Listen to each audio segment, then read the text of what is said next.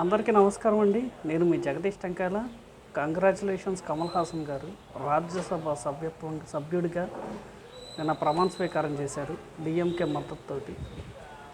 మాకు కొంచెం ఆనందంగాను కొంచెం బాధగాను ఉంది. ఎందుకంటే కొన్ని సంవత్సరాల క్రితం మీరు పార్టీ పెట్టారు, ప్రజల్లోకి వెళ్ళారు, ఓటమి చెందారు. అయినా కూడా పార్టీ అంత యాక్టివ్గా లేదు. బట్ మీరు ఎలక్షన్ టైంలో ఈ డెసిషన్ తీసుకోవడం అనేది రేపు రాష్ట్ర రాజకీయాల్లో ఎలాంటి పరిణామం చోటు చేసుకున్నదో చూడాలి. కానీ ఏదేమైనా కమల్ హాసన్ గారు ఒక నటుడిగా, ఒక లెజెండ్గా మమ్మల్ని ఆదరించారు వివిధ వైవిధ్య పాత్రలతో.